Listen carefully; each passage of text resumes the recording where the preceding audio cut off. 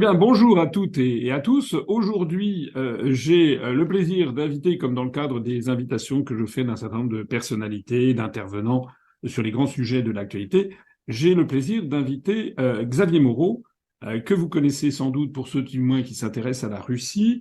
Il se trouve que Xavier Moreau, c'est quelqu'un que j'apprécie et que je connais depuis au moins une bonne quinzaine d'années, 20 ans peut-être. Pas beaucoup, mais on s'était déjà rencontrés. Il était venu d'ailleurs à une de nos universités d'automne. Alors Xavier Moreau, en rapidement, il a 51 ans, il a 5 enfants, il est installé depuis l'an 2000 en Russie. Je crois qu'il parle le russe, et donc c'est quand même un observateur extraordinaire de la société russe, de l'évolution russe, sachant qu'à l'origine, il est français de France, il a fait Saint-Cyr, il est officier parachutiste, il est passé par la Sorbonne, donc c'est quelqu'un qui a œuvré dans les débuts pour travailler dans l'armée française. Voilà. Alors, s'est rendu célèbre depuis maintenant, d'abord parce que il a fait quelques ouvrages sur la Russie. Hein, je me rappelle, vous m'aviez offert, je crois, un ouvrage sur la nouvelle Russie de Poutine. Il s'est rendu célèbre aussi. Il a fait un ouvrage polémique sur la gauche française, en fait, qui a un certain succès sur les réseaux sociaux, mais qui dit des choses quand même assez intéressantes et qui sont souvent oubliées du point de vue historique. Et puis, il a eu surtout comment dirais-je, une chaîne de télévision qui s'appelle Stratpol, qui a été striké, comme on dit en jargon bruxellois, c'est-à-dire qui a été fermée pour des raisons de liberté d'expression, j'imagine, en France, et qui donc s'est repositionné sur Odyssée, où d'ailleurs il a un nombre de followers, comme on dit, qui est tout à fait impressionnant. Alors je le reçois, ça va être diffusé sur ses chaînes, et nous allons le relayer sur notre compte Twitter, nos comptes Twitter, sur Facebook et sur notre site internet, de telle sorte que on donne à cette vidéo le maximum de vues, à la fois de son côté avec les gens qui le suivent, et puis d'une autre. Voilà. Bonjour Xavier Moreau, vous allez bien? Bonjour François Asselineau, merci. Oui, je vais bien, merci. Merci pour Est-ce votre que j'ai invitation. est-ce que j'ai écorché un peu votre bio? Non, Non, c'est parfait. non, j'ai rien à ajouter. Non, je crois pas. Alors, vous êtes à Moscou. C'est quoi la vie quotidienne à Moscou en ce moment? Est-ce que les gens, quand on croise les gens dans la rue, est-ce que vous croisez un regard de peur, d'effroi? Est-ce que les difficultés d'approvisionnement existent? Est-ce que les magasins, il est impossible de trouver des produits français? Est-ce que les sanctions commencent à faire un effet considérable ou pas? Non, l'effet, on va dire, des sanctions a eu lieu plutôt au début en ce qui concerne les citoyens de base, puisque ça a provoqué une inflation, on va dire, au mois de mars, au mois d'avril. Mais depuis, l'inflation a été absorbée et on n'a pas observé de problème particulier. La Russie produit tout ce dont elle a besoin en fait. Donc ça donne un grand avantage. C'est un des premiers exportateurs de produits agricoles au monde, le premier exportateur de blé. Donc en fait, en Russie, on ne peut pas mourir de faim. Le problème qui aurait pu apparaître, c'est les semi-conducteurs, puisque c'est la grande faiblesse pas que de la Russie d'ailleurs, de l'Europe, et même, alors, dans une moindre mesure, hein, de la Chine, c'est que les sanctions qui ont été imposées par Washington interdisent à Taïwan et à la Corée du Sud, donc qui sont les principaux producteurs de semi-conducteurs, notamment de très basse nanométrie. Donc, tous les exportateurs d'électronique ont été interdits, on leur a interdit d'exporter en Russie. J'ai eu l'exemple personnel puisque je me suis fait assembler un ordinateur très puissant et j'ai pu commander par l'équivalent d'Amazon en Russie un processeur Intel Core 9, une carte graphique parmi les plus performantes Samsung et une carte mère parmi les plus performantes Asus. Donc, même ça, pour l'instant, on n'a absolument aucun problème. Et j'ai Ah, donc vous comparé, avez pu les acheter depuis Moscou et ça vous a été livré. ça a été livré en bas de chez moi. Donc, là-dessus, pour l'instant, ça ne marche pas du tout. D'ailleurs, c'est pour ça qu'on en parlait dans Bloomberg. L'Union européenne essaie de contraindre les pays qui contournent les sanctions, en fait, c'est-à-dire tous les pays frontaliers de la Russie, et également la Turquie, de respecter les sanctions. Mais comme ils ont coupé la Russie du SWIFT, en fait, désormais, depuis le Patriot Act, après le 11 septembre, la CIA avait une copie de tout, c'est officiel, de tous les transferts par le SWIFT. Donc la CIA, c'est tout de vos transferts. Sauf que comme le SWIFT a été coupé pour l'essentiel des banques russes, en fait, aujourd'hui, ils sont complètement aveugles sur ce qui est réellement échangé entre la Russie et ses partenaires économiques, on va dire, non alignés. Et je pense qu'à terme, si jamais ça n'apparaît plus officiellement dans les bilans des douanes kazakhs, turcs ou chinois, les Occidentaux n'auront aucun moyen de savoir ce qui transite entre les territoires. Donc pour l'instant, de ce point de vue-là, dans aucun domaine en Russie, en fait, on ne souffre des sanctions qui ont été mises. Je parle du citoyen de base. Là-dessus, les gens vivent normalement. Il y a eu une inquiétude au début de l'opération spéciale parce que tout le monde a été surpris. Je vais vous dire honnêtement, moi le premier. Et donc, en fait, les gens, à un moment, ont été qu'est-ce qui se passe, etc. Et puis, ensuite, il y a eu les contre-attaques ukrainiennes. Il y a eu le départ de la ville de Kherson. Il y a eu un peu d'inquiétude. Et puis, en fait, je pense que les Russes sont rentrés dans la routine. Et surtout, ils voient que tout continue à fonctionner. C'est le sens de l'opération spéciale, c'est pas la guerre, c'est l'opération spéciale, et que Vladimir Poutine continue à mener tous ces grands chantiers qu'il a démarré déjà quand il était Premier ministre en 1999, c'est-à-dire les infrastructures, le développement de l'extrême-orient russe. Là, je dirais même pas la réindustrialisation, parce que la Russie est un pays hyper industrialisé, mais la surindustrialisation.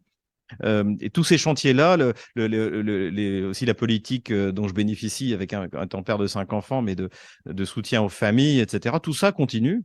Et finalement, je pense que les Russes maintenant ont vraiment confiance, et ça se voit d'ailleurs dans les sondages. 80% des Russes font confiance à Vladimir Poutine.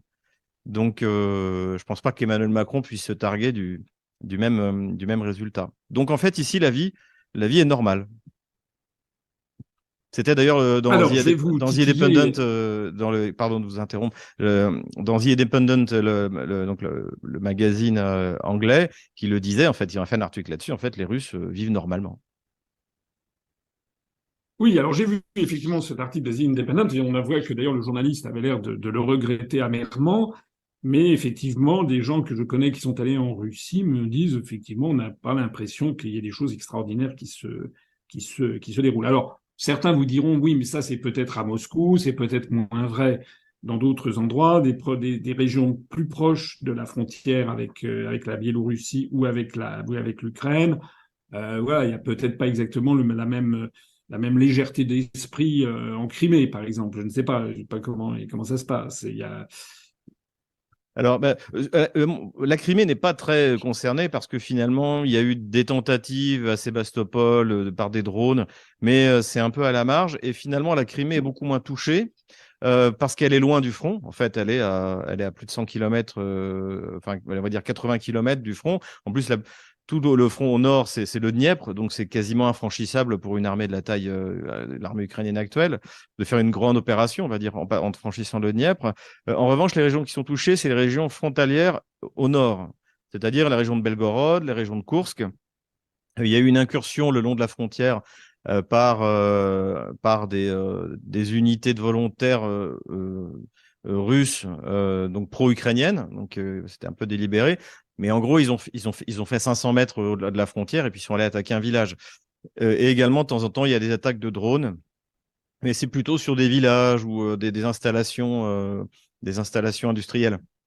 Mais les grandes villes comme Belgorod ou Koursk sont pas atteignables pour l'instant par les Kieviens, qui ne disposent pas d'ailleurs des vecteurs suffisants pour pouvoir atteindre ces grandes villes. Mais finalement, c'est pas la Crimée qui est le plus touchée comme région, c'est plutôt Belgorod, Koursk, également les régions qui ont été intégrées à la Russie donc à partir du mois d'octobre, c'est-à-dire les nouvelles régions, donc Zaporozhye, donc les régions de Kherson, la majorité de la région de Kherson reste encore sous contrôle russe. Et donc là, effectivement, il y a des bombardements le long de la ligne de front. Mais globalement, en Russie en général, on ne voit pas, on ne ressent pas la guerre. On ne ressent pas la guerre. La population qui a été mobilisée, c'est 2% de la population mobilisable, hein. Ah 300 oui. 000 hommes sur 25 millions de mobilisables. Donc, c'est pas non plus, ça va pas déstabiliser l'économie.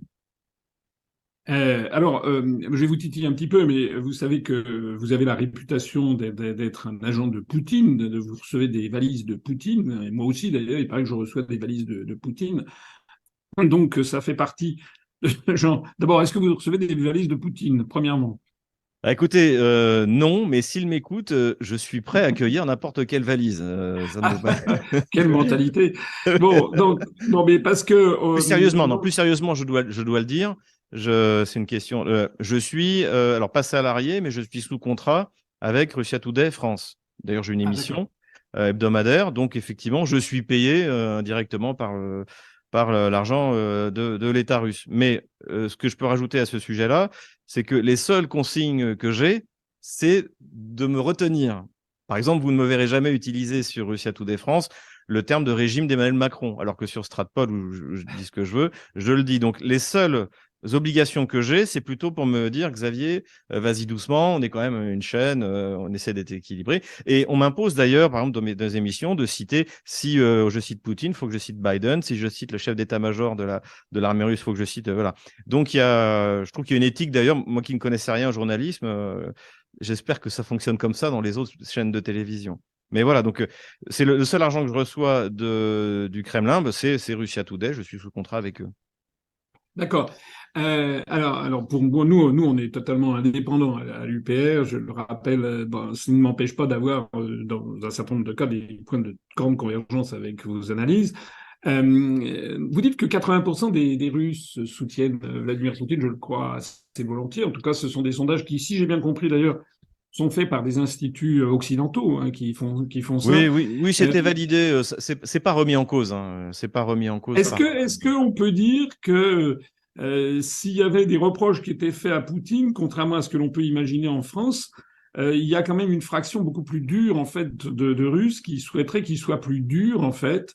Ça serait plutôt la ligne Medvedev qui serait plus et que finalement j'ai entendu je connais des gens qui m'ont dit que finalement Poutine était considéré comme un peu trop centriste pour certains qui voudraient que la Russie soit beaucoup plus offensif, comme les Américains savent le faire, par exemple en Irak. Est-ce que c'est vrai ça qu'il est plus gêné par une opposition interne qui voudrait qu'il soit plus dur que par des gens qui regarderaient vers l'Occident? Ah, tout à fait. Si vous regardez, déjà prenons le Parlement russe. Donc il y a 4 partis qui sont présentés. Donc il y a un petit parti qui s'appelle Russie Juste, qui fait partie de la deuxième internationale, mais qui sont pas très importants. Eux sont plutôt vis-à-vis de l'Ukraine depuis 8 ans sur la ligne de Russie Unie, donc le parti de Poutine. Mais les deux gros partis d'opposition, c'est-à-dire le Parti communiste et le Parti nationaliste de feu Zhirinovsky, donc qui aujourd'hui est dirigé par Monsieur Leonid Slutsky, qui est le président du comité des affaires étrangères de la Douma, ceux-là sont partisans depuis 2014 d'envahir l'Ukraine et de mettre en place un gouvernement pro-russe. Et donc, l'opposition déjà parlementaire, elle considère depuis le début qu'il fallait y aller. Ça, c'est clair. Les nationalistes et les communistes, qui sont les deux partis d'opposition. Et ensuite, dans la population, y compris dans les médias, auxquels moi je suis assez régulièrement invité dans les médias russes, les interventions, c'est pourquoi on a mobilisé que 300 000 hommes, pourquoi est-ce qu'on bombarde pas les usines de fabrication de munitions françaises, allemandes, pourquoi est-ce qu'on fait pas la grande guerre patriotique, pourquoi est-ce que. Et donc vous avez notamment quelqu'un qu'on montre de temps en temps dans la télévision française, qui est Vladimir Solovyov, donc qui a son talk show qui s'appelle Solovyov Večer, auquel je suis invité. Et là, lui, c'est pareil, faut qu'on passe la vitesse supérieure. Donc, le Kremlin est ouvertement critiqué en Russie parce qu'il n'y va pas assez fort. Et les critiques que j'entends autour de moi, c'est ça. Pourquoi est-ce qu'on se retient? Pourquoi est-ce qu'on bombarde pas Kiev?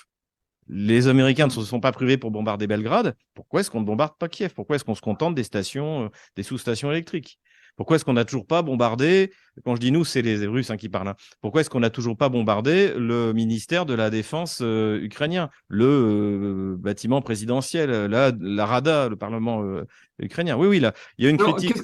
Oui. qu'est-ce que répond Poutine à ça et son entourage? Il répond quoi à ce genre de critique? Il répond pas directement, mais il a dit depuis le début que l'Ukraine, c'était la Russie.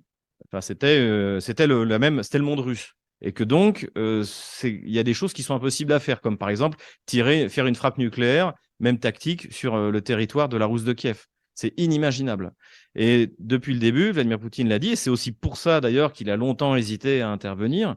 Il est intervenu, puisque généralement nos adversaires aiment bien nous faire des comparaisons en années 30. Pour moi, la Russie était, il y a un an, dans la situation de la France au moment de la remilitarisation de la Rhénanie.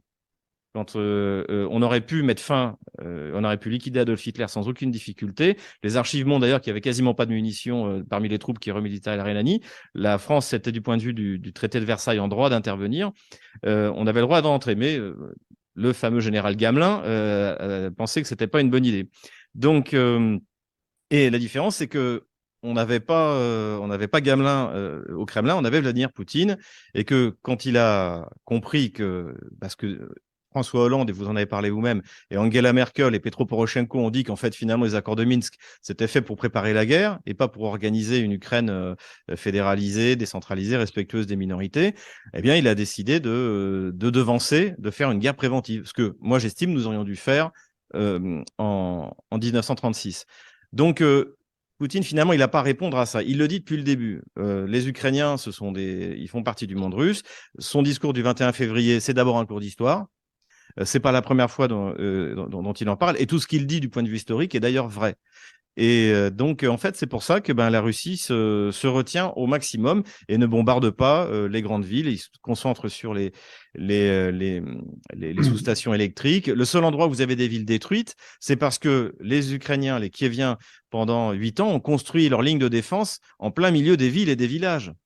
Est-ce que la ligne Maginot traversait un seul village ou une seule ville française? Non, parce qu'elle était faite pour protéger les Français.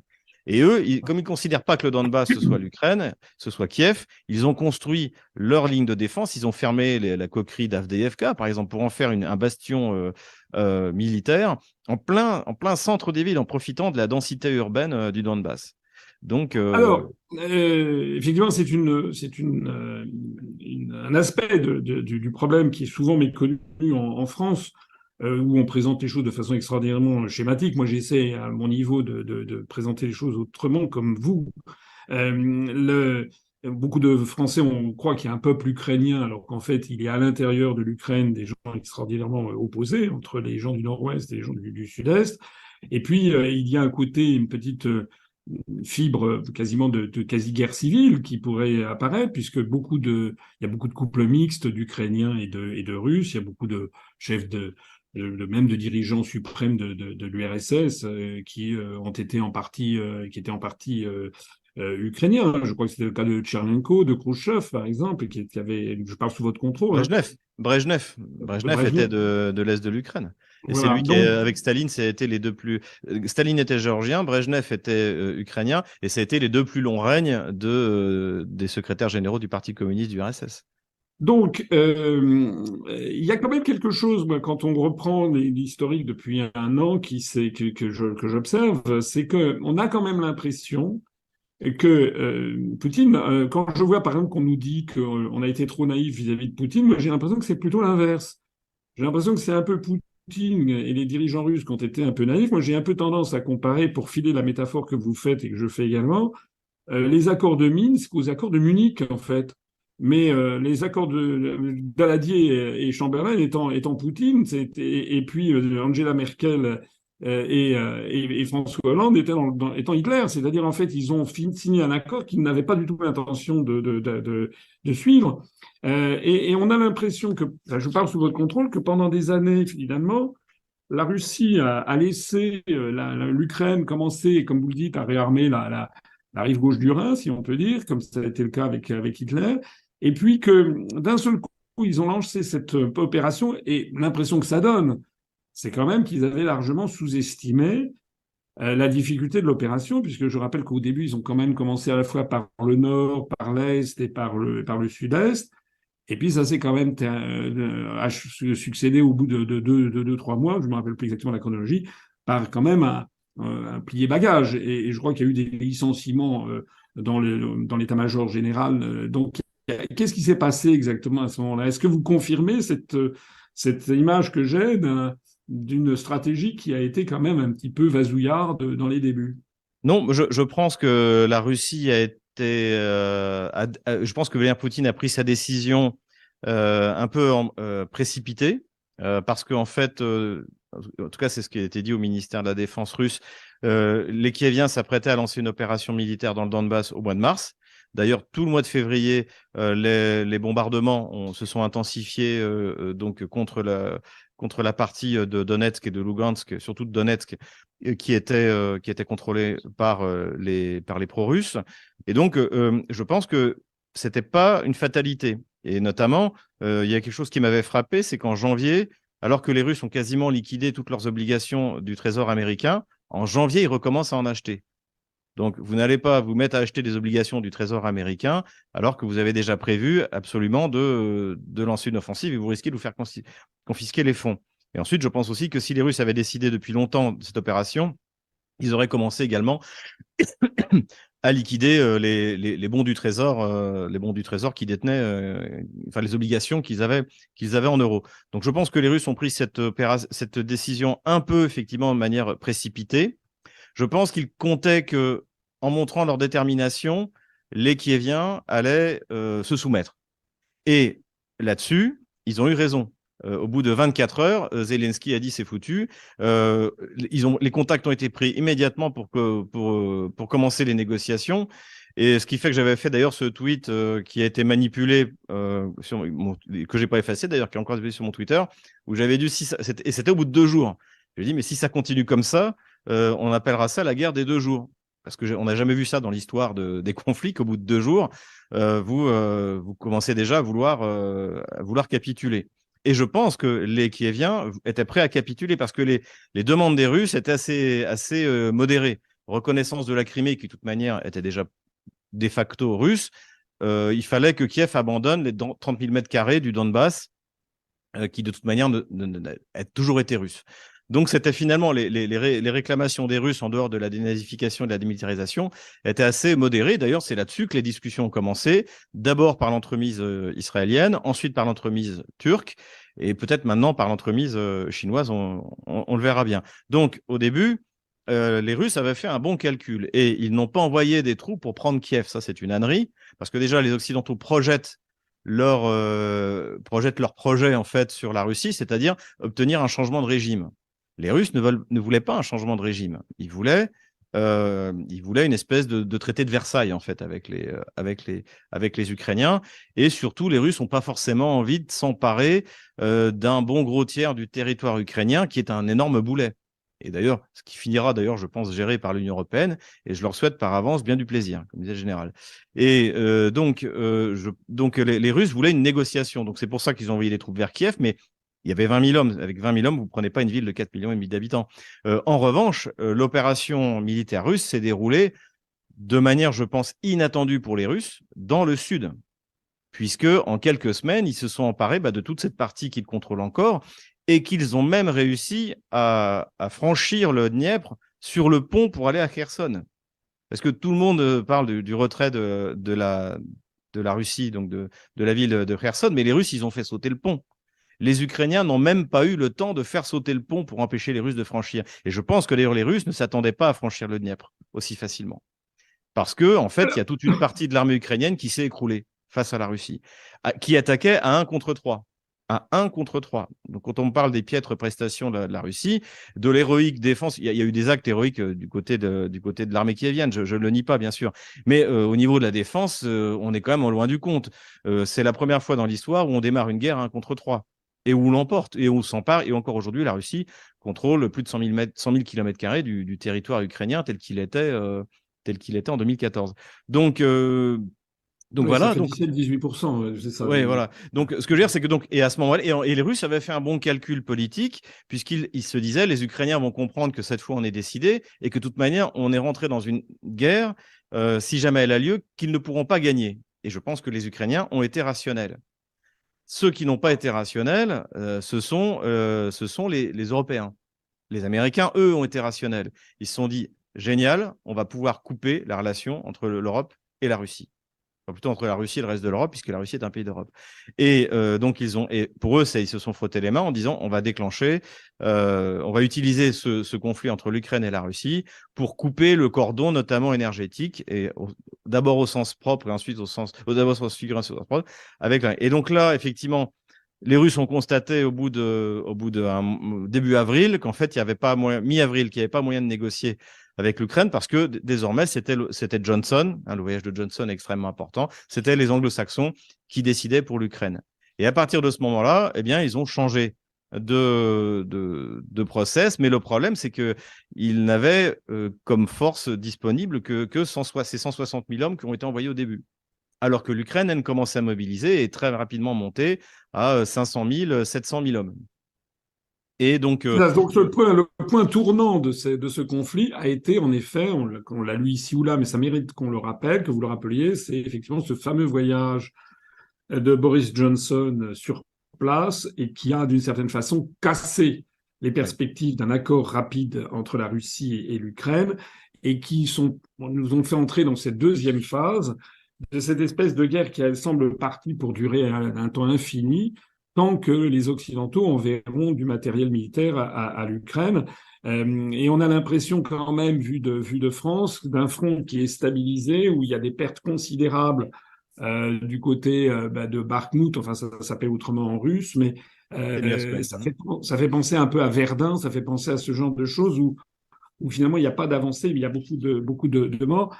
Comment vous voyez la suite des événements et est-ce que, une question qui me brûle les lèvres, est-ce que les missiles qui sont actuellement de plus en plus envoyés par la Russie, on a beaucoup parlé notamment de l'utilisation pour la première fois de ces missiles Kinjal, Poignard, qui sont des missiles hypersoniques, qui auraient notamment détruit un centre secret de l'OTAN à Kiev, je ne sais pas si tout ceci est vrai, est-ce que vous voyez dans ces armes-là un tournant dans l'histoire de la guerre? Est-ce que vous voyez dans les livraisons faites par la Pologne notamment de chasseurs et de tanks, est-ce que vous voyez un autre tournant? Comment vous voyez les choses aujourd'hui? Là, on est le 17 mars 2023. Comment ça se passe? Comment vous voyez les choses?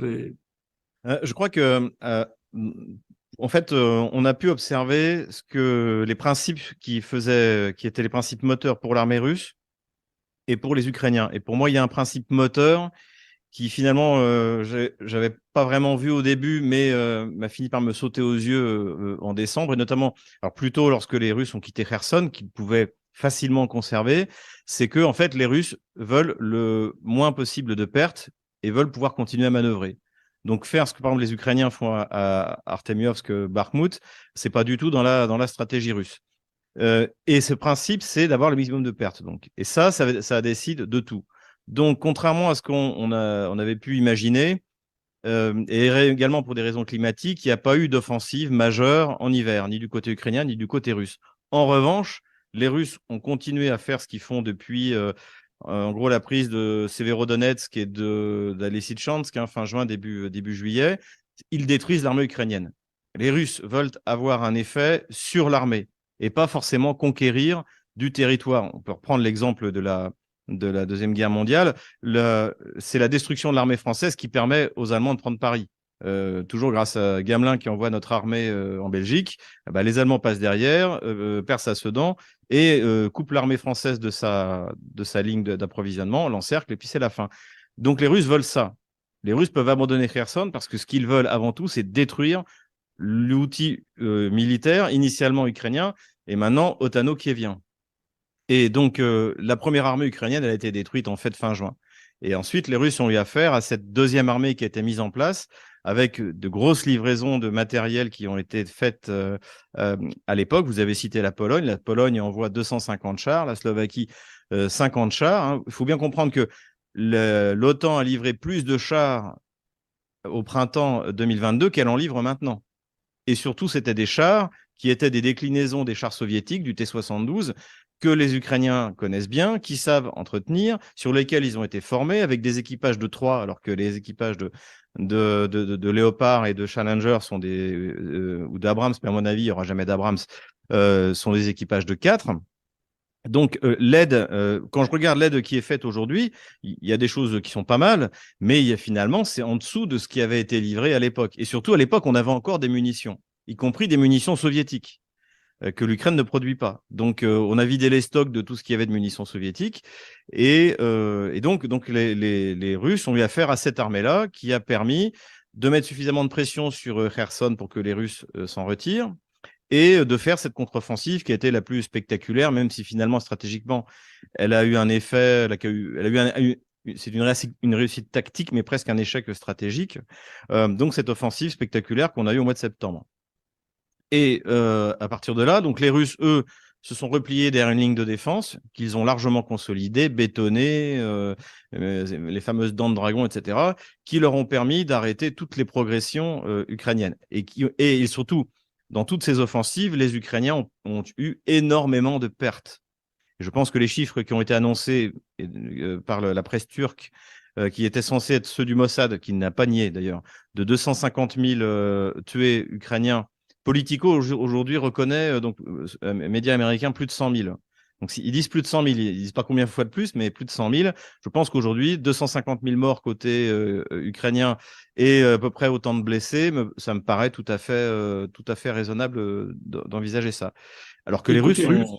Et côté russe, je pense aussi, les sources du Mossad, prétendument du Mossad, 20 000 morts tout compris, c'est-à-dire l'armée russe, plus les compagnies militaires privées, dont Wagner, plus les armées des républiques de Donetsk et de Lugansk, qui, elles, en revanche, étaient très mal préparées et qui ont eu des pertes très impressionnantes. Et ça, j'ai pu me rendre compte sur place, j'en ai parlé avec les gens sur place, ça a été une hécatombe. Ça, on ne peut pas le nier. Donc, pour vous, il y aurait un rapport c'est terrible, de 1 à 12 entre le nombre de... Oui. Si vous voulez, c'est le même rapport de la supériorité de puissance de feu russe. Les Russes ont un rapport de 8 à 10, quelquefois 20 contre 1 canon ukrainien, avec des réserves de munitions. J'en avais parlé quand j'étais allé sur place. J'ai demandé, à chaque tour, je demandais où en est toutes les munitions, etc. Je connaissais quelqu'un qui était dans l'artillerie. Il m'a dit, écoute, on a fini les réserves des 1980, on est dans les réserves 1990. Donc, ça veut dire que, oui, c'est-à-dire que quand j'entendais sur les médias français, notamment, c'était le colonel Goya, je crois, qui disait qu'il n'y avait plus de missiles, il n'y avait plus de munitions, il n'y avait plus rien, mais c'est une méconnaissance profonde du complexe militaro-industriel russe, que je ne connais pas trop mal parce que j'ai travaillé à l'époque où il y avait de la coopération militaire entre la France et la Russie. J'ai vu comment ça fonctionnait, j'ai vu quels sont les critères de sélection du matériel. Et quand un matériel est validé, dans l'armée russe, dans le complexe militaro-industriel, ça veut dire qu'il peut être produit massivement et à bas coût. C'est-à-dire exactement le contraire de ce que nous, on fait dans les complexes militaro-industriels occidentaux. Et si j'en crois ce que j'ai lu, à la fois Jens Stoltenberg, le secrétaire général de l'OTAN, a convoqué tous les ministres de la Défense il y a une quinzaine de jours des pays de l'OTAN pour dire c'est la panique, on n'a plus de munitions, il faut en refaire d'ardard. Et si j'ai bien compris aussi, il y a eu cet article, vous l'avez peut-être vu, dans le Washington Post il y a une semaine, qui disait que il faudrait 15 ans pour que le complexe militaro-industriel américain reconstitue les armements qu'ils ont livrés. Alors, je ne sais pas si c'était tout à fait exact ou si c'était un peu sur commande du dit complexe militaro-industriel pour avoir plus de budget, j'en sais rien. Enfin, en attendant, moi, je me rappelle d'avoir lu des articles de presse à la fin de l'année dernière, au début de cette année, qui disaient, voilà, la Russie, c'est fini, ils ont plus de munitions, ils sont... Et puis, en fait, on a l'impression que c'est plutôt l'inverse, en définitive. oui, parce que la Russie a gardé un potentiel de passer à une production de masse, ce que nous n'avons plus. Et il faut bien se rendre compte aussi d'une chose. Il y a eu hier plusieurs articles qui sont sortis où c'était Rheinmetall. Donc Rheinmetall, c'est une des grosses sociétés de production d'armement allemande et notamment d'armement de munitions. Et ils disent, nous, on veut bien investir, et on parle de centaines de millions de dollars, dans des chaînes de production de munitions, qui de toute manière seront prêtes dans 1, 2, voire 3 ans, mais on veut des commandes. Et c'est ce qu'avait dit d'ailleurs le général Gomard. Il avait dit, pour l'instant, on n'a pas de commande. Hein. Le complexe militaro-industriel français n'a pas de commande. Pourquoi est-ce qu'il dit ça? Parce qu'ils veulent bien investir, mais une fois que l'Allemagne aura cette capacité de produire, comme les Russes, 1 million d'obus par mois, mais une fois que la guerre en Ukraine sera terminée, ils vont en faire quoi? Ça reste du business, vous comprenez? Donc, soit l'État allemand Notamment. nationalise Rheinmetall et les oblige à investir 200 millions de dollars ou 100 millions de dollars, je sais pas combien il y en a, pour produire une usine qui, de toute manière, pourra produire réellement en cadence accélérée dans plusieurs années. Si j'ai bien compris, un approvisionnement en kérosène absolument énorme. Si j'ai bien compris, ça consomme du 4 à 7 litres au kilomètre selon les terrains et la vitesse. Donc il faut, j'imagine, des capacités logistiques pour apporter tout ça sur le terrain. Est-ce que tout ça n'est pas voué à rester à l'état d'exemplaire ou bien parce que la pire des choses pour une armée, je parle sous votre contrôle, c'est d'avoir du matériel extraordinairement disparate et avec des gens qui ne sont pas formés pour. Hein. Et surtout, si vous voulez, il faut voir pourquoi est-ce que nos chars ont été fabriqués. Nos chars ont été fabriqués pendant la guerre froide. Ils étaient chargés de ralentir la progression russe, enfin soviétique, en attendant que les Américains débarquent.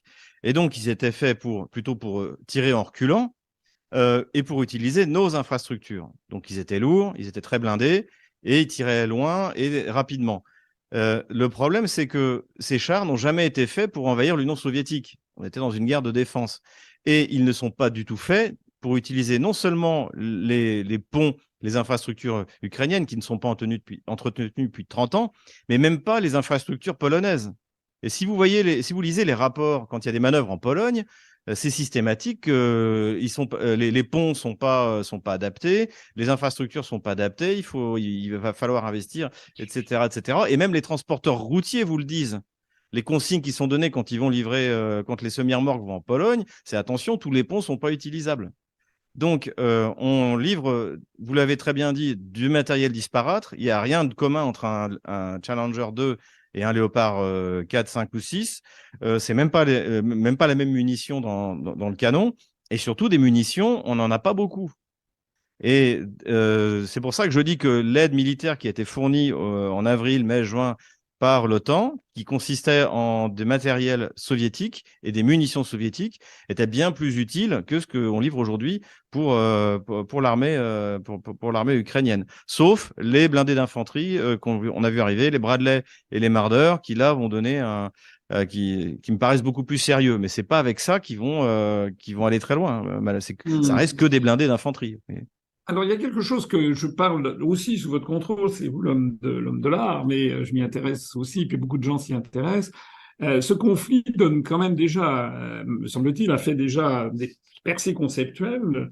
La première, c'est que on mesure sur le terrain et dans les événements que un pays qui a des armes nucléaires, ben, hésite à s'en servir.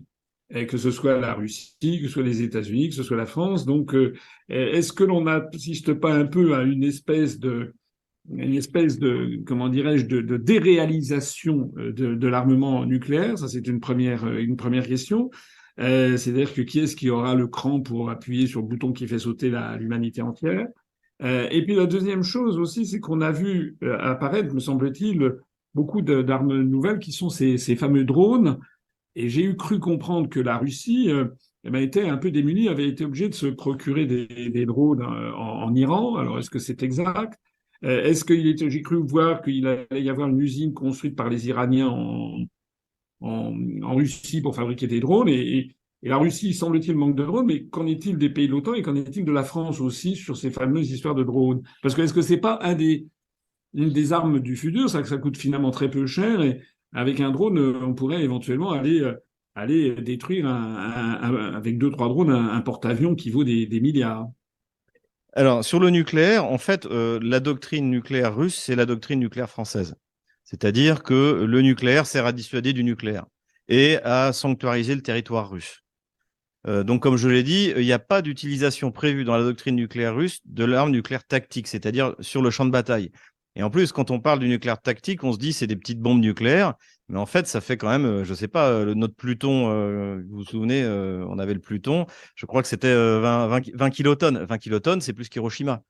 Donc, les Russes ne vont pas utiliser de l'arme nucléaire tactique sur un territoire qu'ils considèrent comme le territoire sacré de la Rousse de Kiev ou de l'Empire russe. Donc ça n'arrivera pas. Les seuls qui ont remis en cause donc ce qu'on appelle la destruction mutuelle assurée, hein, la MAD, ce sont les Américains. C'est Rumsfeld qui a commencé à parler. Et si on faisait des petites bombes nucléaires de 1 kilotonne avec un tir de précision, donc qui ont estimé qu'on pouvait remettre en cause cet acquis, je dirais, stratégique de la guerre froide, c'est que il y a un seuil nucléaire et que c'est pas la peine de dire attendez, on va juste envoyer 10 kilotonnes, on est d'accord, on va se battre avec des 10 kilotonnes. Non, le nucléaire, comme disait Sartre, l'humanité a été mise en possession de sa propre mort. Si quelqu'un utilise le nucléaire, c'est l'escalade directe et c'est la fin du monde. Le général Todd Walters, qui commandait les forces alliées en Europe, donc général américain, vous trouverez la vidéo sur Internet, a dit devant le Congrès qu'il était partisan d'une frappe en premier nucléaire contre un pays qui n'a pas utilisé l'arme nucléaire. Mais il n'y a que les Américains qui disent ça au monde. Il n'y a que nous ne le disons pas. L'Angleterre, de toute manière, l'Angleterre n'a pas de souveraineté nucléaire. Et les Russes n'ont jamais remis en cause ce qui est leur doctrine, c'est-à-dire nous utiliserons l'arme nucléaire si vous nous attaquez, avec du nucléaire, ou si la survie de l'État russe, c'est-à-dire en gros vous apprêtez à prendre Moscou, est en danger. Donc sur le nucléaire, je vois pas de changement, et je pense au contraire que si l'OTAN n'interviendra pas, à mon avis, directement, et on a vu avec l'accident du drone qui s'est passé, c'est que finalement, les Américains qui sont toujours en train de taper du poing sur la table, le ministre de la Défense, le secrétaire d'État à la Défense, Lloyd Austin, a appelé son homologue Shoigu pour lui dire oui, bon, il faudrait quand même on discute plus souvent, alors qu'ils ont perdu un drone à 50 millions de dollars quand même. Le chef d'état-major le général Miley a appelé le général Gerasimov, pareil.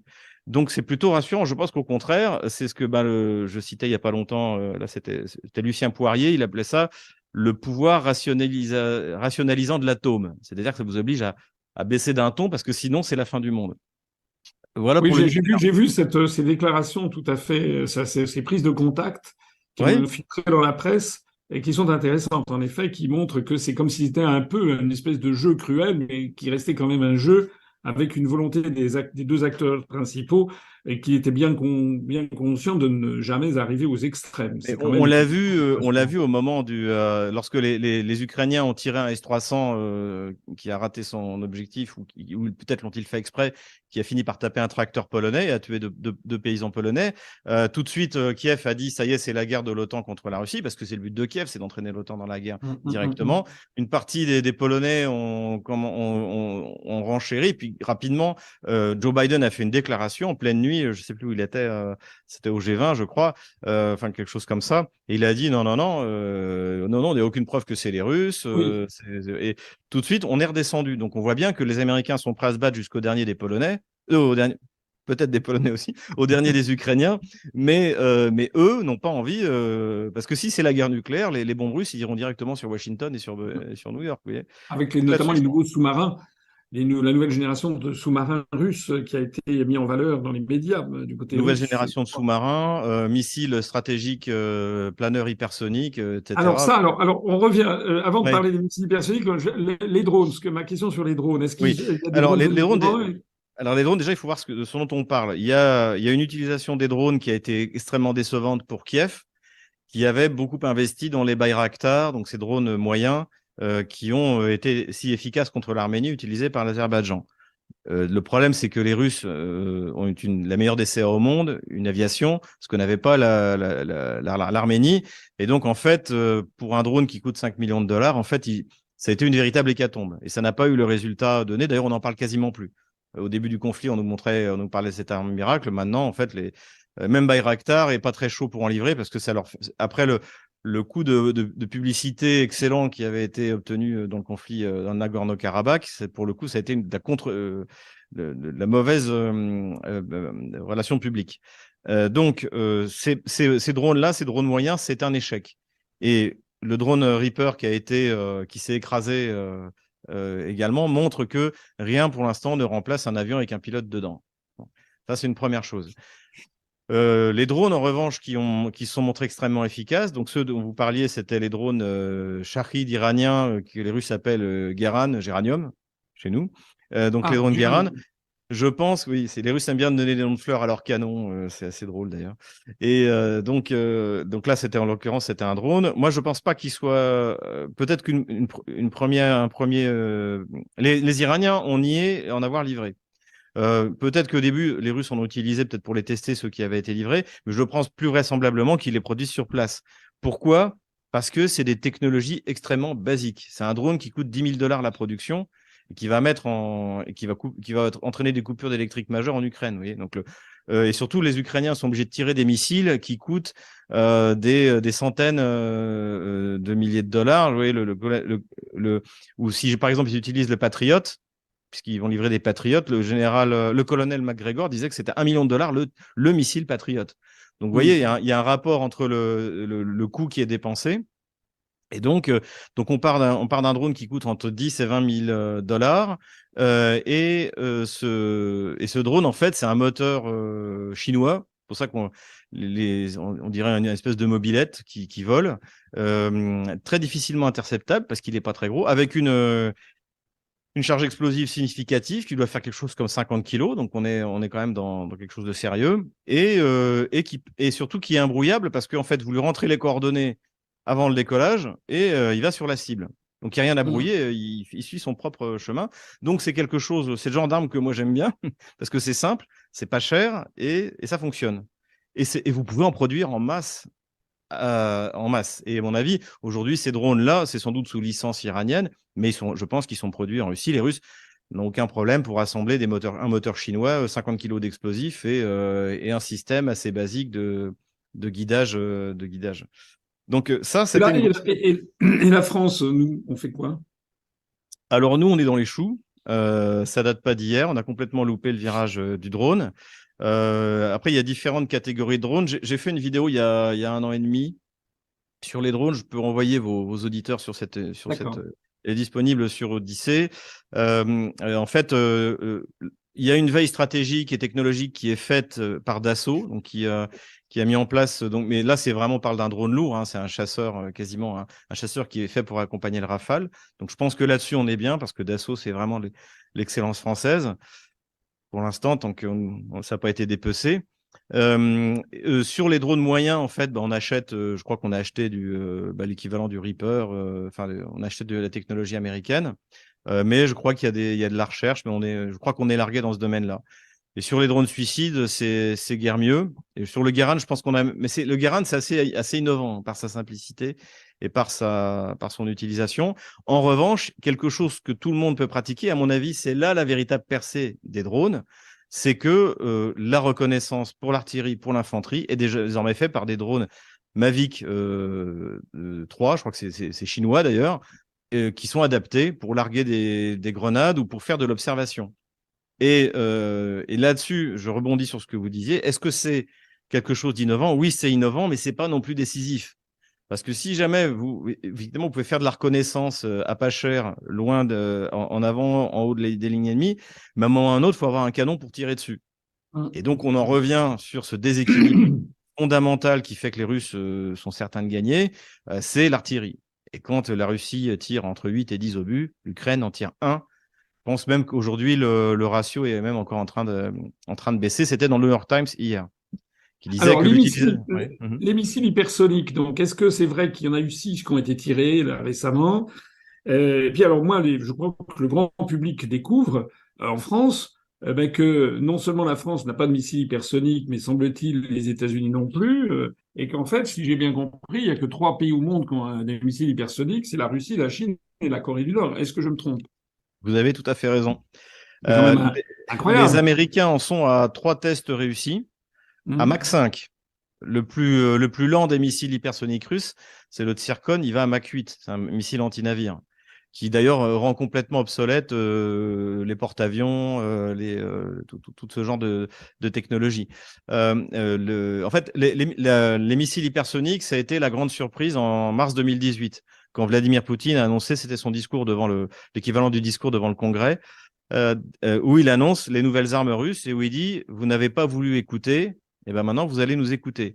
Et Ah en oui, je me fait, rappelle très bien. Il y avait eu tout un discours d'ailleurs en disant qu'il frimait, que c'était voilà, et ça, oui, Hum. nos experts de plateau, ce que j'appelle les gamelins, étaient en train de Oui. rigoler, d'en laisser dans l'air. Ha, ha, ha, ha, ha, il est en train de bluffer. Bien sûr que les Russes sont pas capables de faire ça. Maintenant, plus personne ne rit, hein. Hum. Ni pour... Et en fait, tout ça, ça vient d'où? Parce qu'il faut revenir à ça. Tout ça, ça vient de George Bush Jr., qui en 2002 remet en cause un des héritages positifs de la guerre froide, qui était un traité qui avait été signé au début des années 70, en 71-72, qui est le traité qui interdisait les missiles antimissiles. C'est-à-dire qu'il fallait les gens qui, il y a 50 ans, les dirigeants américains et soviétiques se sont rendus compte que non seulement on pouvait avoir une escalade du nombre d'ogives, mais que finalement il y avait un équilibre de la terreur, ce qu'on appelait l'équilibre de terreur, et qu'il fallait le conserver. Donc pour ça, tous les Américains et les Soviétiques se sont mis d'accord pour qu'on ne fabrique pas de système antimissile. Comme ça, c'est l'équilibre de la terreur, et comme ça, on n'utilise pas l'arme nucléaire. Encore une fois, le général Poirier, le pouvoir rationalisateur de l'atome. Et ça a d'abord été remis une première fois en cause par Ronald Reagan, du point de vue purement théorique. Avec le bouclier Et spatial, voilà, mais qui en fait n'est jamais sorti des la guerre cartons, des étoiles, oui. voilà, qui était un énorme coup de bluff dans lequel Oui. l'administration soviétique, et notamment Gorbatchev, est tombée à pieds joints. Et en revanche, mais Ronald Reagan n'était pas sorti du traité de l'interdiction des systèmes antimissiles, mais George Bush Jr., en 2002, je crois, en sort. Et en espérant lancer, comme dans les années 80, une nouvelle course que les Russes seraient incapables de suivre, comme ils avaient été incapables de suivre parce qu'ils avaient du retard dans l'informatique, on revient les microprocesseurs, etc. Donc ça, c'était la stratégie pas très originale, c'est toujours Hollywood, c'est jamais très original, de George Bush Jr. Et seulement là, Vladimir Poutine le dit à l'époque, nous, on a bien compris que les systèmes antimissiles, on n'arriverait pas, donc on va améliorer nos vecteurs. Et là, qu'est-ce qu'ils vont pouvoir faire? Et en fait, ils ont amélioré les vecteurs. Et en 2018, Vladimir Poutine a déclaré qu'ils avaient le Poséidon, c'est-à-dire c'est un drone sous-marin qui peut aller amener une bombe jusqu'à dans le port de New York, une bombe atomique, contre lequel il n'y a aucun système qui peut l'arrêter, et notamment ce système antimissile qui a été mis en place dans toute l'Europe. Les armes hypersoniques. Donc, vous avez les missiles de croisière hypersoniques, c'est le Kinjal. Maintenant, il y a également je sais pas comment il s'appelle, bon, enfin, missile anti-navire, l'équivalent. C'est pas le Poséidon, c'est peu importe. Et donc, c'est un missile de croisière. Et vous avez le planeur stratégique, c'est-à-dire que ça fonctionne comme un missile stratégique, ça sort de l'atmosphère. Et mais au lieu de larguer des ogives multiples, il largue un planeur qui vole à Mach 27. Mach 27. Oui. Ou Mach 17, pardon, Mach 17, je crois. Enfin bon, c'est des vitesses où en fait c'est un plasma, c'est même plus c'est un plasma, c'est inarrêtable. Donc en fait, c'est vraiment la destruction mutuelle assurée. Et aujourd'hui, tout le monde a bien compris que les Russes ne bluffaient pas. Alors, il y Et a quelque chose, je vais vous poser une question un peu grand public, mais enfin, je suis là pour ça. Est-ce qu'on est certain, sûr et certain, qu'à force de livrer des armes à l'Ukraine, dont certaines, comme les canons César, sont accusées par les Russes d'avoir participé à la mort de civils dans le Donbass, est-ce qu'on est certain qu'à un moment, l'ours russe ne va pas se fâcher? Et est-ce qu'on est certain que les Russes ne vont pas un jour envoyer un missile sur un pays de l'OTAN qui ne serait pas un, comment dirais-je, une arme nucléaire, qui pourrait être un missile hyper véloce, enfin hypersonique comme celui dont on vient de parler, et qui pourrait être, je lance une idée, hein, mais par exemple pour frapper un pays comme la France, par exemple, dans une zone inhabitée, donc pour pas faire de mort, mais à titre de voilà de mise en garde, quelque chose comme ça. Est-ce qu'on est et ça montrerait qu'on est complètement incapable d'arrêter quoi que ce soit. Est-ce que c'est quelque chose qui vous paraît envisageable, ce genre d'attaque mise en garde, contre laquelle je ne suis pas sûr que l'OTAN se mobiliserait s'il n'y a pas eu de mort ou pas eu de grosse destruction? alors, du point de vue de la doctrine russe, c'est quelque chose d'envisageable parce que en Avec 2020, un armement, excusez-moi, avec un armement Mhm. conventionnel, hein, ça serait un missile Oui, oui, hyper oui, véloce oui, oui. avec un armement conventionnel qui exploserait ou qui détruirait je sais pas, un atelier militaire quelque part où il y aurait pas de mort. Voilà. Donc ça, vous dites que ça n'est pas exclu. C'est pas exclu du point de vue de la doctrine russe, puisque en 2021, avec la fabrication de série des armes hypersoniques, donc son entrée en fonction dans l'armée russe, les Russes ont dit que désormais l'arme hypersonique était un échelon intermédiaire dans la dissuasion. Ça veut dire quoi? C'est que entre l'arme nucléaire et le conventionnel, l'armée conventionnelle, il y a l'hypersonique pour dissuader. Et donc, nous, on avait dans la doctrine nucléaire française l'ultime avertissement, c'est-à-dire que c'est en gros, on va tirer un missile nucléaire dans l'océan pour bien montrer qu'on est déterminé à l'utiliser. Ça paraissait un peu, ça avait été très critiqué, mais en fait, c'était pas idiot. Et puis ça évite de passer directement à l'apocalypse. Et en fait, c'est un peu ça. C'est un peu l'ultime avertissement russe.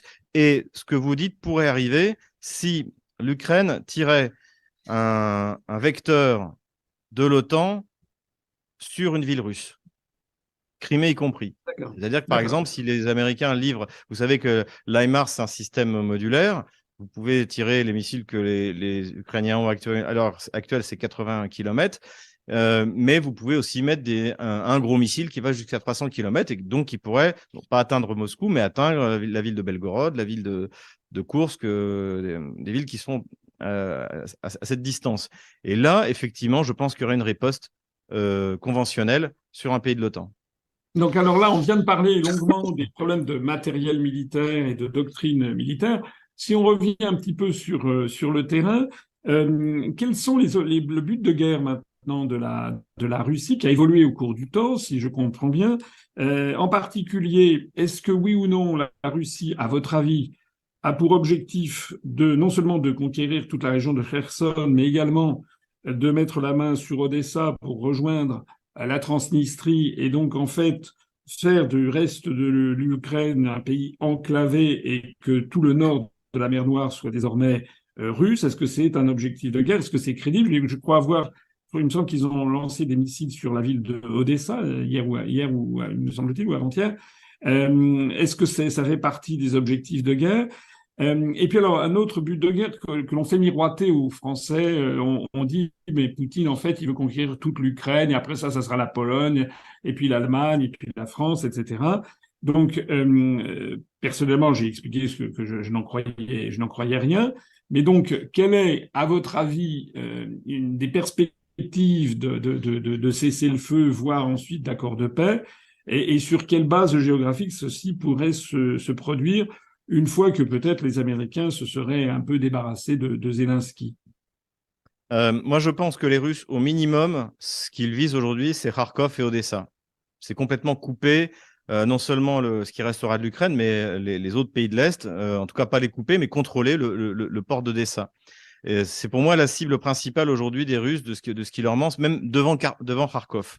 Il y a des raisons historiques, c'est parce que c'est la nouvelle Russie, c'est cette circonscription administrative qui a été créée par la Grande Catherine à la fin du XVIIIe siècle. C'est aussi Poutine a utilisé le mot Nouvelle Russie dans son discours encore quand il a fait le 21 février. Donc, c'est comme Poutine, contrairement à certains autres présidents, ne parle jamais pour ne rien dire. S'il a utilisé le terme Nouvelle Russie, c'est qu'il y a bien une fonction. Ensuite, les Russes ont la chance, entre guillemets, en Ukraine, c'est que la partie riche de l'Ukraine, c'est-à-dire les ports, l'industrie et une bonne partie des terres à base de tchernosium, c'est la partie russe. C'est toute cette partie de la nouvelle Russie qui est profondément russe. Il faut voir d'ailleurs que sur les 10 grandes villes ukrainiennes, 8 ont été fondées par les Russes. Il n'y a que Kiev et Lvov qui ont été fondées à l'époque de la Rousse de Kiev. Et Lvov un peu plus tard, à l'époque c'était pas une très grande agglomération, mais après c'était une ville qui a pris son surtout à l'époque de l'Autriche-Hongrie, Lemberg, etc. Mais donc l'essentiel de l'Ukraine c'est la Russie en fait, hein, et ça je pense que cette partie de la nouvelle Russie c'est quelque chose que les Russes veulent récupérer pour des raisons historiques, économiques et militaires. Ensuite, il faut voir aussi une chose, c'est que les Russes n'ont pas forcément envie de dépenser leur fortune pour redresser la totalité de l'Ukraine. Ce qu'ils vont vouloir faire, je pense, c'est s'emparer de cette zone-là et une grande zone tampon avec leur programme initial, c'est-à-dire démilitarisation, mais ça, bon, bah, c'est quasiment. Une fois qu'ils auront détruit l'armée otano-kievienne, il y a plus d'industrie militaire, il n'y a plus rien, c'est terminé. Et dénazification. Et ça, c'est pas un terme en l'air, c'est-à-dire que les avenues Stepan Bandera, les mémorials à Shushkevich, le mémorial à Shushkevich, le mémorial comment il s'appelle Melnik, tout ça va être liquide. Et surtout, liberté linguistique, liberté de culte, etc. Tout ce qui était détruit par l'Ukraine. Et l'Ukraine sera neutralisée au sens propre du terme. Et moi, je ne pense pas que la Russie ait tellement envie de prendre des immenses morceaux de territoire qui ne valent pas grand-chose et qu'il va falloir financer. Et qui En serait revanche, par ailleurs peuplé de populations extrêmement hostiles en plus. à mon avis, vous savez, c'est un peu comme au lendemain de la Deuxième Guerre mondiale, ils étaient tous résistants. Vous voyez. Donc, je pense qu'il y aura un choc quand les crimes de Kiev auront été révélés, surtout les crimes qui ont été commis, parce que c'est véritablement criminel, la manière dont les conscrits ukrainiens sont envoyés sur le front, c'est tout simplement monstrueux. Donc tout ça, quand ça va sortir de la propagande, les Allemands ont subi un double choc en 1945. Non seulement on leur avait dit qu'ils étaient la race supérieure, qu'ils étaient super forts, mais en fait ils ont perdu la guerre, et deux, ils ont découvert les crimes que leur gouvernement avait commis en leur nom. Et je pense que les populations ukrainiennes auront le même choc. Voilà. Et je pense que les Russes laisseront volontiers la reconstruction de l'Ukraine à l'Union européenne. Et que ça fera, écoutez, on finance déjà la Pologne, les Pays-Baltes, la Tchéquie, la Slovaquie. Et j'ai vu que M. Thierry Breton, parlant en notre nom à tous, a dit que de toute façon, un point de non-retour avait été atteint quant à l'entrée de l'Ukraine dans l'Union européenne, ce qui est quand même complètement délirant, puisque c'est des centaines de milliards de dollars qu'il va falloir pour la reconstruction. Donc il préempte des dizaines et des dizaines et des dizaines de milliards d'euros du contribuable français. Ouais, je trouve ça hallucinant. Enfin, ça, c'est un aparté, Ouais. c'est un incident. Comme le temps passe et que je ne voudrais quand même pas que ça dure trop longtemps, je voudrais maintenant on passe un peu aux questions géopolitiques générales avec donc ce grand voyage de Xi Jinping à Moscou. Qu'est-ce que l'on en dit? Ça va être spectaculaire. Il va y avoir, en tout cas, je pense que vu de Washington, il me semble que Washington commence à avoir des inquiétudes sur les évolutions du monde telles qu'elles se produisent et qui ne correspondent pas à ce qui était attendu, en fait. Ah bah écoutez, notamment ce succès diplomatique chinois de la réouverture des relations diplomatiques entre l'Arabie Saoudite et l'Iran, dans la presse américaine, je crois que c'était dans le Washington Post ou dans le Wall Street Journal, Washington Post disait clairement c'est un échec américain. Donc effectivement, et surtout ce qui est intéressant, c'est que c'est quoi en fait cette réconciliation? C'est que l'Iran et l'Arabie Saoudite sont sur la route des routes de la soie. Et les routes de la soie, c'est pas un projet militaire, c'est pas un projet diplomatique, c'est un projet commercial. C'est un projet du ministère du commerce chinois. Et c'est le doux commerce, si vous voulez, qui était cher à certains philosophes du 18e, si je me souviens bien. C'est-à-dire que les Chinois se sont dit, bon, nous, on a besoin d'une route qui nous évite d'utiliser les océans qui sont contrôlés par la flotte américaine. Et donc, ben, il faut qu'on aille, comme à l'époque de Marco Polo, jusqu'en Occident, en Europe occidentale, en passant par d'autres chemins. Donc vous avez ce chemin, et à mon avis, il va en être question avec Vladimir Poutine, qui est la route maritime du Nord, c'est-à-dire la route qui passe par l'Arctique. Vous avez le chemin qui passe des chemins terrestres, donc on observe un grand développement de voies ferrées qui passe par la Russie, qui passe par le Kazakhstan, et vous avez donc cet axe qui passe par l'Iran également, et surtout que l'Iran est à l'intersection d'un autre axe qui est l'axe nord-sud, qui passe par la Caspienne et qui également est en train de se développer. Et donc en fait, ce qu'on en observe, c'est que les Chinois sont en train de remodeler le monde par des routes commerciales. Et ça ne veut pas dire qu'ils veulent pas, qu'ils n'ont pas d'ambition politico-stratégique, mais globalement, c'est totalement différent de l'approche, je dirais, un peu traditionnelle occidentale, qui est de conquérir par la force, de soumettre. Non, les Chinois arrivent en disant on a des choses qui vous intéressent, vous avez des choses qui nous intéressent, faisons du commerce. Et ça, effectivement, il y a de bonnes raisons pour que ça fasse peur à Washington, d'autant plus que le mythe qui était de dire la Russie va devenir hyper dépendante de la Chine, c'est pas vrai. de par ces routes, en fait, c'est la Chine qui est même plus dépendante de la Russie que l'inverse. Et surtout, la Chine, dans son développement, a besoin de cette énergie bon marché russe.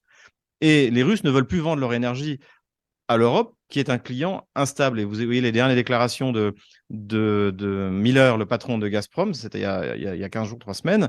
Il a dit désormais, nos infrastructures iront vers l'Asie. Donc, je pense qu'on va avoir là, comme déclaration, on pourrait très bien avoir la construction, donc qui est déjà d'ailleurs du point de vue des études en cours, de Force de Sibérie 2. Donc, Ah oui, vous vous souvenez qui est un peu qu'après la, l'équivalent du Nord Stream, mais côté c'est ça. chinois. Et il y a Nord Stream, Force de Sibérie 1, et déjà qui avait été lancé en 2015, comme par hasard au lendemain des sanctions contre la Russie. Et tout le monde disait ça va pas marcher, c'est comme le pont de Crimée, ça marchera pas, ils sont pas capables de le faire. Bah, ça fonctionne très bien, merci. Et donc, et vous avez en plus l'exploitation du gaz de schiste au nord, donc dans l'Arctique, où Total a investi plusieurs milliards de dollars. Ils sont pas partis d'ailleurs. Et à mon avis, ils ne partiront pas. Et je pense qu'ils aimeraient même bien continuer à investir parce qu'il n'y a pas tant de gaz que ça disponible sur la planète. Mais une partie donc de ce gaz va vers la Chine, va vers l'Asie, en passant par cette fameuse route maritime du Nord. Les Russes sont en train de construire toute une flotte de tankers brise-glace. On va avoir des nouvelles voies qui vont se créer et ça va dans le projet de la Chine. Et c'est un projet pacifique. Un projet pacifique, c'est Alors, ça qui est important. le Et rapprochement saoudien-iranien, d'abord, c'est les deux grandes puissances de l'islam, sunnite et chiite. Ça va faire un trouble dans le régional. Je vois que déjà, il est question de ne plus subventionner, de ne plus armer les Houthis au Yémen. Donc, je vois aussi, enfin, qu'est-ce qui peut advenir de la cinquième flotte américaine qui est au Bahreïn, dont la monarchie est sunnite, mais dont la population est majoritairement chiite. Donc on sait qu'il y avait derrière des déstabilisations iraniennes. Mais si tout le monde se met d'accord, est-ce que les Américains, avec leur siège de la cinquième flotte, risquent pas de se retrouver pris en sandwich si tout ce petit monde se retrouve derrière la Russie et la Chine? surtout s'ils commencent à commercer par des routes alternatives. Ben oui. Et ce qui est intéressant aussi, c'est que la Russie, là, on a la Chine qui réconcilie, vous l'avez parfaitement dit, la puissance chiite avec la puissance sunnite. Mais vous avez eu, il y a 4 ans de mémoire, la Russie qui a réconcilié l'Iran, enfin qui a fait s'entendre, il ne s'agit pas de se réconcilier, mais l'Iran et l'autre grande puissance sunnite qui est la Turquie.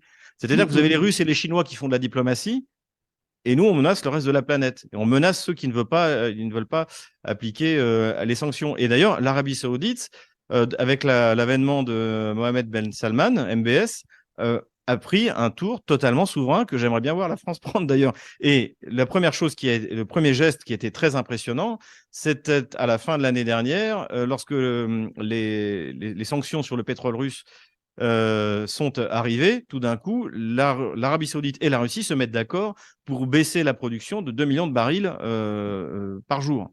Et ce qui fait que les effets des sanctions contre la Russie ont été annulés, puisque ça a augmenté une augmentation du prix. Ils se sont mis d'accord déjà il y a plusieurs mois avec les Chinois pour commercer en devise nationale ou en yuan, etc., pour vendre en yuan.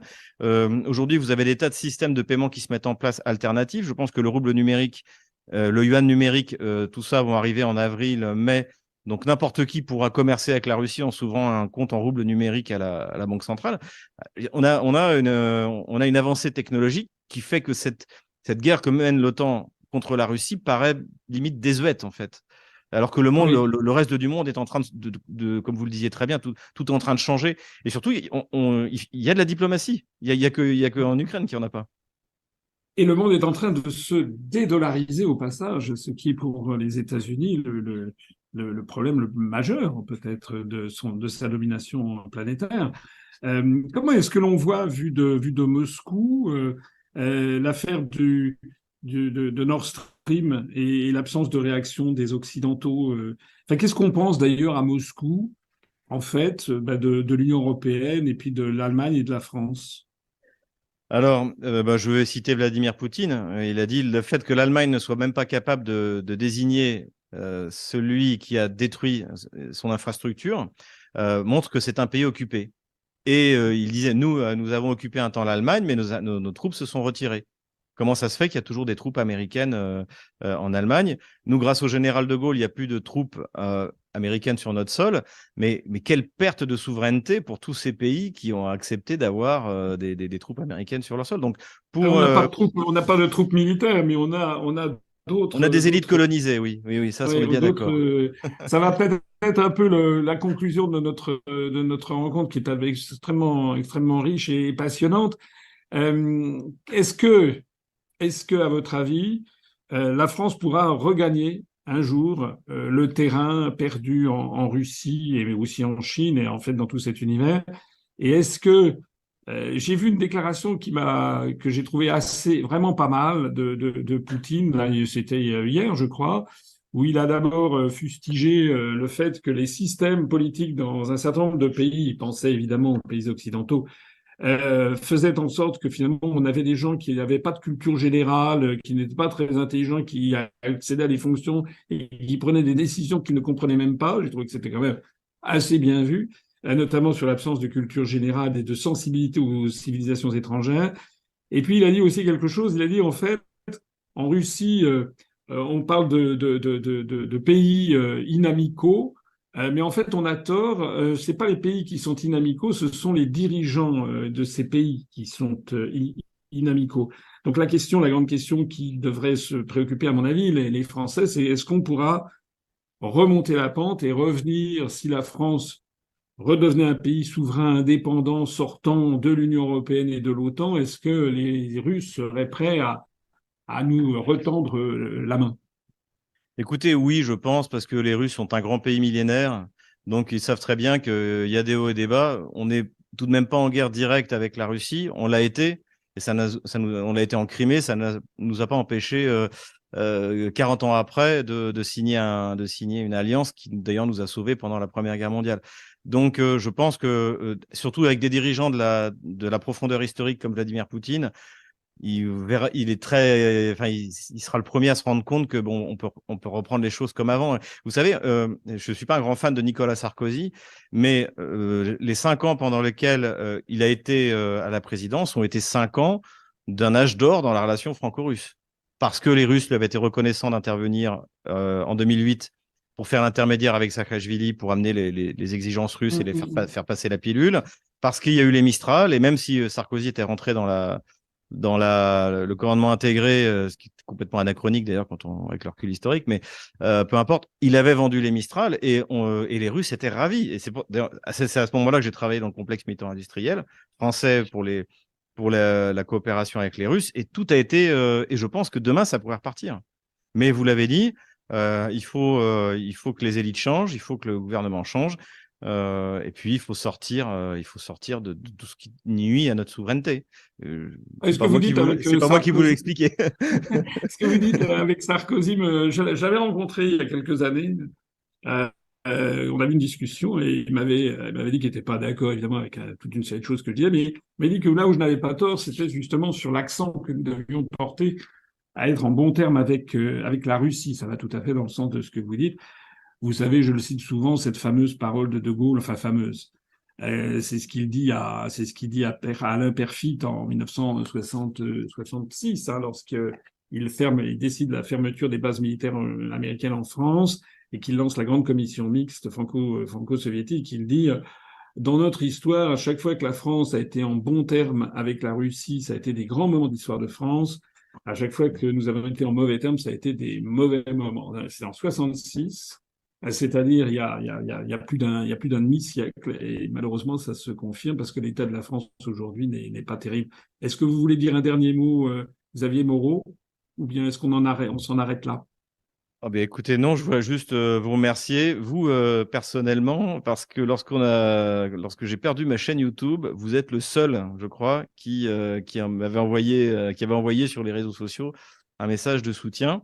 Et bon, même si j'avais anticipé, parce que je savais que tôt ou tard, étant donné mon positionnement sans, on va dire, sans concession, ça devait arriver.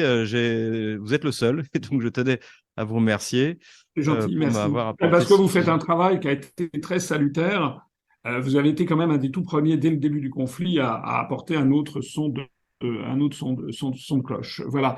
Alors, tant pis si on est traité, vous et moi, de complotistes, de poutinistes, si on a des tas de valoches de Poutine, on en a plein les tiroirs. Mais qu'en fait, nous, ce qu'on essaie de faire, en tout cas, je pense que c'est votre point de vue et comme le mien, c'est d'essayer d'apporter aux Français quelque chose qui se rapproche au maximum de la vérité, de la réalité du monde d'aujourd'hui et pas un monde irréel.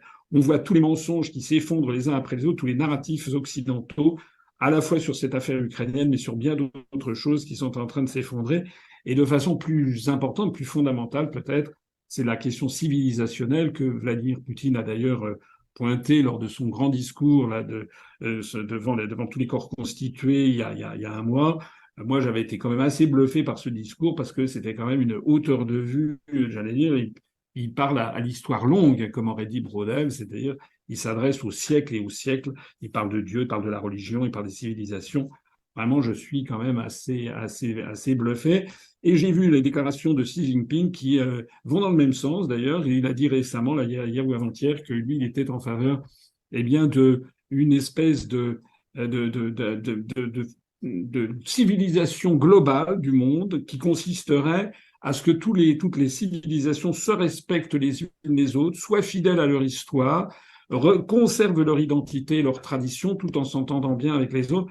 Finalement, je crois qu'entre gens qui réfléchissent à l'avenir du monde, on pourrait s'entendre. Moi, je rappelle que là, je fais un petit peu de pub, mais dans mon programme présidentiel, j'avais prévu de créer, si on sort de l'Union européenne, de transférer l'UNESCO à Strasbourg, dans l'hémicycle laissé vide, qui est beaucoup plus grand que l'UNESCO à Paris, de transformer l'UNESCO à Paris en un parlement de la francophonie. Et à Strasbourg, on en profiterait pour créer, je l'avais proposé déjà en 2017, un centre de la concorde des civilisations et non pas du choc des civilisations. Je crois que il y a quelque chose qui est en train de se faufiler dans la pensée des grands dirigeants du monde qui veut éviter cette espèce de stratégie qui consisterait à ce que tout le monde soit en rang serré derrière l'oncle Sam. Voilà. Merci beaucoup Xavier Moreau et puis Merci à vous, bon François. courage et bonne chance pour la suite. Et puis je crois qu'on est tous là pour souhaiter la paix pour tout le monde, y compris aussi pour la jeunesse russe, mais aussi la jeunesse ukrainienne, et qui vit des moments quand même assez terribles. Voilà.